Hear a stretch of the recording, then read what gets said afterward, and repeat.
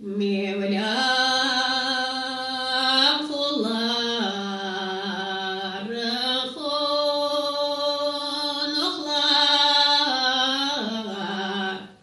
bugün cuma hürmetine peygamberler dilek diler. Bugün cuma hürmetine ya Rabbina, ya Rabbina vafir lena zulubina ya Rabbina, ya Rabbina vafir lena zulubina. Dervişler tevhidi derler, halkıp mecliste derler. Muhminler bayrami derler. Bugün cuma hürmetine ya Rabbina, ya Rabbina vafir lena zulubina ya Rabbina, ya Rabbina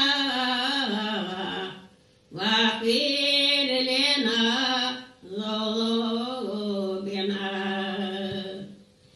Dervişlik tevhide başlar,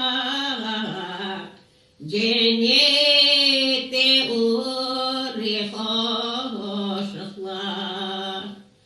Hak kuluna ihsan bağışlar. Bugün cuma hürmetine ya Rabbina, ya Rabbina vafir lena zulubina ya Rabbina, ya Rabbina vafir lena zulubina. Aydan aydın dar yüzleri, hayat hadistir sözleri. Dolanır hızları, bugün cuma hürmetine ya Rabbina, ya Rabbina